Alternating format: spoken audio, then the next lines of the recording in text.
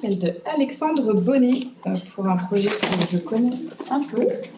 Alexandre Bonnet travaille au C2RMF grâce à un contrat financé par la Fondation des sciences du patrimoine. Il est chez nous au DCP à mi-temps depuis.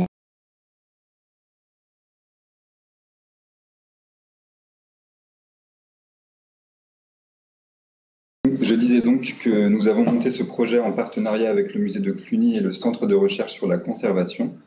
Étant donné notre sujet, il était indispensable de croiser les points de vue et d'ancrer notre travail à la fois dans les labos et au musée.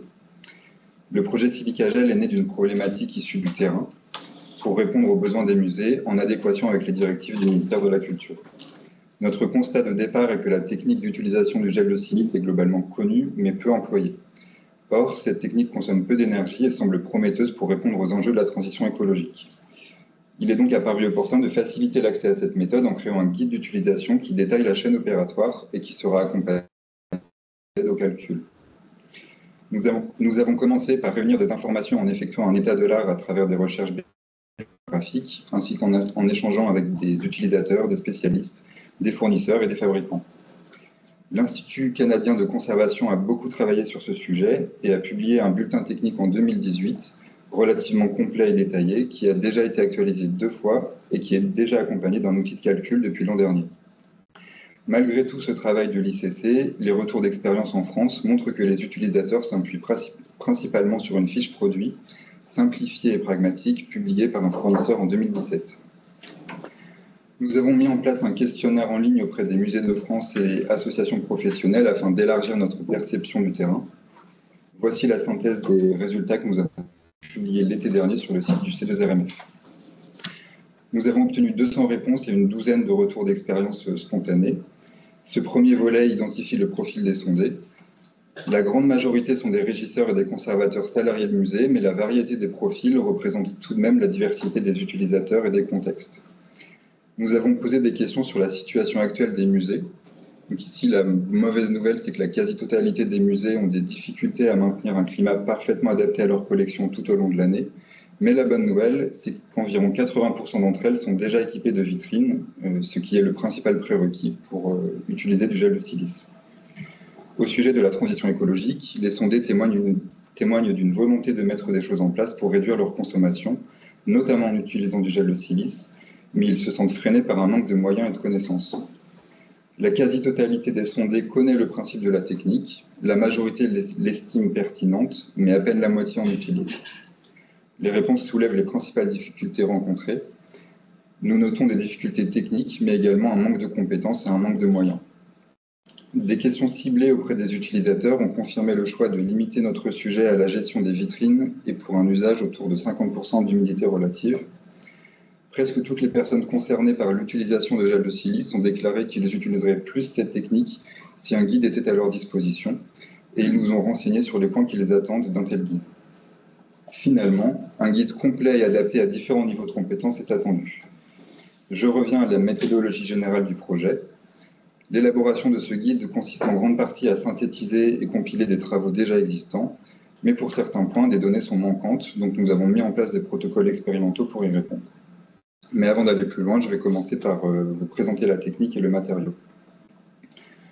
La gestion du climat joue un rôle fondamental pour la conservation, en particulier pour les objets constitués de matériaux hygroscopiques. Par définition, ces matériaux cherchent en permanence à s'équilibrer avec l'humidité environnante. Des altérations peuvent apparaître lorsque l'objet s'équilibre au-delà de certains seuils ou lorsque les variations sont trop importantes. La conservation préventive limite les risques d'altération en agissant sur l'environnement. Par exemple, la simple installation d'une vitrine permet déjà de limiter les variations. Maintenant, je vais vous présenter le matériau. Donc, le gel de silice, il est d'abord connu du grand public comme agent déshydratant sous forme de petits sachets, mais en réalité, il en existe plein de types différents, et tout comme les matériaux d'œuvre, il s'agit d'un matériau hygroscopique qui cherche en permanence à s'équilibrer avec l'environnement. Le gel de silice, c'est un hydroxyde de silicium qui se présente sous la forme de billes solides. Le nom gel se réfère uniquement au procédé de fabrication pour le distinguer de la silice naturelle. Sa grande affinité avec la vapeur d'eau s'explique par les groupes OH présents en surface et par l'importante porosité du matériau. Mais attention, pour la grande majorité des gels de silice, les billes éclatent au contact d'eau liquide. Les capacités de sorption et de désorption diffèrent en fonction des paramètres de fabrication et les propriétés hygroscopiques peuvent être observées graphiquement sur des isothermes de sorption en vapeur d'eau. Ces courbes représentent la teneur en eau de différents gels de silice en fonction de l'humidité relative, pour une température constante. Par exemple, 100 g de masse sèche de ce gel de silice devra absorber 24 g d'eau pour s'équilibrer à 50% d'humidité relative. L'isotherme permet d'évaluer l'efficacité théorique d'un gel de silice, puisque plus la courbe croît vite, plus le produit est réactif pour pallier une variation d'humidité. Par exemple, imaginons qu'avec le temps, de la vapeur d'eau s'infiltre dans notre vitrine et augmente la teneur en eau de notre gel de silice de 5%. Eh bien, si notre gel de silice est employé dans sa zone d'efficacité, l'humidité relative sera bien tamponnée et n'augmentera que très peu, alors que dans la zone rouge, la variation d'humidité sera beaucoup plus importante. Enfin, un décalage entre les isothermes de sorption et de désorption est compte, ça s'appelle l'hystérésis. Initialement développé comme filtre de masque à gaz lors du siècle dernier, le gel de silice a trouvé de nombreuses applications industrielles et sa production tourne aujourd'hui autour de 2 millions de tonnes par an. Son emploi en conservation n'est apparu que dans les années 80. 4 références principales sont aujourd'hui commercialisées à destination des musées et il est difficile de déterminer dans quelle mesure ces références ont été développées pour cet usage spécifique. Revenons à notre objet. Nous avons vu que ces matériaux hygroscopiques cherchent à s'équilibrer avec le climat environnant et qu'une vitrine permet de limiter les échanges. Eh bien, placer du gel de silice dans le compartiment technique permet de réguler l'hygrométrie dans la vitrine. Ce matériau peut être qualifié de super hygroscopique, puisqu'en étant beaucoup plus réactif que les matériaux d'œuvre, il tamponne les variations d'humidité. Aucune vitrine n'étant étanche à 100%, le produit tendra toujours à s'équilibrer progressivement avec le climat extérieur. Lorsque les paramètres sont bien maîtrisés, le système peut rester efficace pendant plus d'1 an. Et si l'objectif est uniquement de limiter l'humidité en restant dans la moyenne du climat extérieur, le gel de silice peut quand même rester efficace plusieurs années. Et heureusement, lorsque le produit n'est plus efficace, les utilisateurs ne le savent pas toujours, mais il est possible de le régénérer. Un gel de silice correctement employé peut ainsi être utilisé pendant plus de 15 ans. Voici donc comment régénérer un gel de silice. Il existe 3 procédés qui suivent le même principe. Il faut soit ajouter ou retirer de l'eau, de la vapeur d'eau. La méthode la plus simple consiste à placer le produit dans un environnement stabilisé à l'humidité relative voulue et d'attendre l'équilibre. Pour les institutions qui ne disposent pas d'enceinte climatique ou qui n'ont pas la possibilité, le gel de silice peut être séché en le chauffant et la difficulté est simplement de déterminer le temps de séchage. Pour ce qui est d'augmenter la teneur en eau, la principale difficulté est de déterminer la quantité à apporter. Prenons 1 kg de gel de silice que nous souhaitons faire passer de 40 à 55% d'humidité relative. Les données de l'isotherme permettent de calculer la quantité manquante à apporter. Donc la difficulté n'est pas dans la soustraction présentée à l'écran, mais dans le fait que les isothermes ne sont pas toujours publiés et que lorsqu'ils le sont, nous avons constaté des écarts importants d'un lot à l'autre. Et le phénomène d'hystérésis complique aussi le problème. Pour humidifier le produit, comme évoqué, il ne faut surtout pas appliquer d'eau à l'état liquide. Le produit doit être mis dans un contenant étanche avec l'eau qui, elle, est placée sur un support permettant son évaporation. L'équilibre se fait en 3 à 30 jours en fonction de la nature du support, des quantités en jeu, de l'étalement des billes et de la température. Revenons une dernière fois à notre vitrine. Donc on a vu que différents paramètres entrent en jeu pour que la technique fonctionne correctement. Ces paramètres sont interdépendants. Par exemple, moins la vitrine est étanche, plus la quantité de gel de silice doit être importante, ou encore plus l'écart entre l'humidité relative à l'intérieur et à l'extérieur de la vitrine est important, plus le gel de silice devrait être renouvelé fréquemment. Le défaut d'un seul paramètre suffit à rendre le système inefficace. C'est notamment ce qui peut freiner les utilisateurs. Une équation publiée par l'ICC modélise le lien entre ces différents paramètres et permet de calculer la quantité optimale de gel de silice à employer. Son utilisation nécessite de connaître des données assez précises et les musées n'ont malheureusement pas toujours les moyens de les obtenir. Au-delà de ces paramètres d'utilisation, qui sont valables pour l'usage d'une vitrine, d'autres paramètres sont identifiés. Nous intégrons par exemple des notions en lien avec le fonctionnement général des musées et des conseils pour optimiser la gestion de plusieurs vitrines. La compréhension de l'ensemble des paramètres a permis de définir une chaîne opératoire. Et je vais maintenant pouvoir vous parler des outils en cours de conception, puisque cette chaîne opératoire constitue le plan du futur guide d'utilisation. Ce guide comprendra la synthèse des notions clés et un plan d'action concret, avec notamment des mises en garde sur les erreurs possibles, ainsi que des indications pour les repérer et les éviter.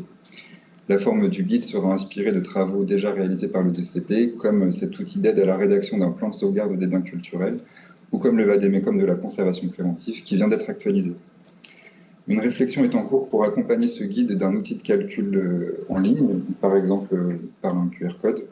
Il pourrait par exemple permettre un calcul simultané pour plusieurs vitrines, et il pourrait prendre une forme proche des outils conçus par le DCP, comme par exemple cet outil, l'outil Climatrice pour aider les musées à faire leur étude climatique. Donc, comme évoqué, notre travail consiste en partie à valoriser des travaux existants, mais nous manquons d'informations pour certains points. L'étude de marché a été l'occasion de découvrir de nombreuses références de gel de silice, parfois 10 fois moins chères que celles employées par les musées. Et le prix étant un critère d'accessibilité important, nous évaluons la possibilité d'intégrer de nouveaux produits.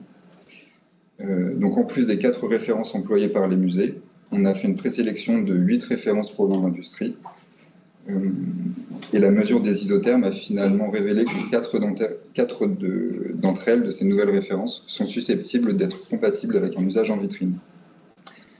Après avoir vérifié leur innocuité pour les œuvres, nous réaliserons un protocole en conditions réelles au musée de Cluny, grâce à l'équipe Régie, afin d'évaluer et de comparer l'efficacité de ces nouveaux produits. Un autre point important pour notre guide est celui des méthodes de régénération. En effet, le sondage a soulevé qu'une grande partie des utilisateurs jettent le produit lorsqu'il n'est plus efficace, ou le stockent en attendant de savoir quoi en faire, ou le renvoient à un fournisseur qui le régénère pour eux. Ce point nous semble primordial pour des raisons écologiques. Donc, nous avons compilé une dizaine de pratiques différentes provenant du terrain. Nous allons les standardiser et les comparer dans le but de pouvoir publier des protocoles de régénération normés, reproductibles et réalisables en interne avec les moyens des musées. Voici donc où nous en sommes pour cette première moitié du projet. L'année 2025 sera consacrée aux protocoles expérimentaux et au contenu des outils. Le travail d'édition et de publication devrait avoir lieu en 2026. Nous continuerons de vous tenir au courant sur le site du C2RMF de nos avancées.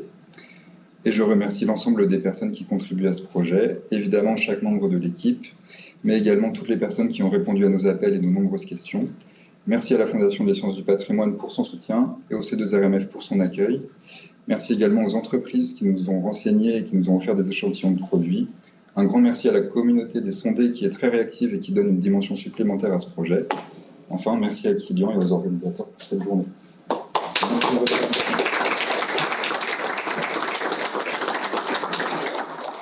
Merci Alexandre.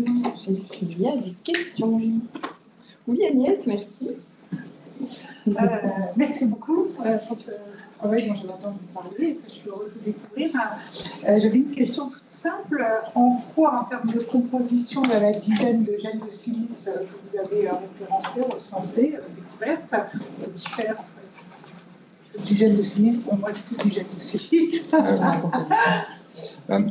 Du point de vue de la composition, il y a assez peu de différences. Certains fournisseurs mettent des adjuvants dans leurs produits, mais là, pour la conservation du patrimoine, on est plutôt sur déjà des silices purs. Et la différence, elle sera essentiellement dans le prix. Pour les nouvelles références qu'on veut intégrer, en fait, on veut la même efficacité que ceux qui sont déjà sur le marché, mais essayer de trouver des références moins chères qui puissent être plus accessibles pour les musées, puisque c'est vraiment un frein. Donc, ce serait la même qualité à des tarifs différents. La granulométrie est la même, par exemple? Il y a des différentes. La porosité, la granulométrie. Tout l'enjeu, c'est de trouver justement déjà le silice qui ont des propriétés similaires à ceux sur le terrain. L'idée, c'est de trouver vraiment des propriétés qui soient les plus proches possibles. En fait, les gels de silice, on a vraiment toute une gamme. Et par exemple, même dans le domaine de la conservation, on ne va pas utiliser les mêmes pour, par exemple, les métaux archéologiques qu'on conserve à des humidités relatives basses, par rapport à par exemple, des bois gorgés d'eau qu'il faut conserver à 80% d'humidité. Je ne sais pas si ça répond à votre question. Donc vous êtes plutôt centré en fait sur l'existant codex muséal que ce qui est proposé actuellement à la vente, en fait, ce qui pourrait être potentiellement acheté.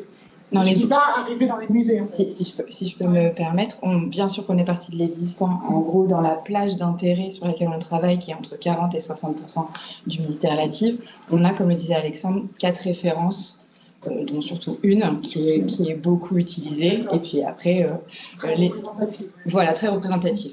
Mais Alexandre a fait un énorme travail, ce qu'on va appeler d'études de marché ou d'études de l'existant, mais en sortant du domaine de la conservation, en remontant un petit peu les filières, sans que je vous en dise plus, pour essayer de trouver d'autres types de gel de silice. Et pour un peu répondre à ta question, Agnès, notamment, on a une référence qui rentre dans notre corpus d'études qui devrait, et on va le tester, supporter l'eau liquide.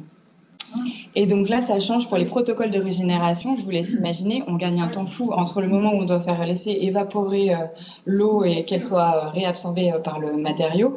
Si on peut travailler avec de l'eau liquide directement, là, pour les musées, voilà. Je fais un complément. Alexandre travaille sur le gel de silice depuis son travail de mémoire à l'INP, mais on travaillait sur une autre référence de gel de silice pour des actions de restauration cette fois. Donc, une référence qui ne rentre pas dans notre corpus d'études puisque ce gel de silice était plutôt efficace à 70-80 relative.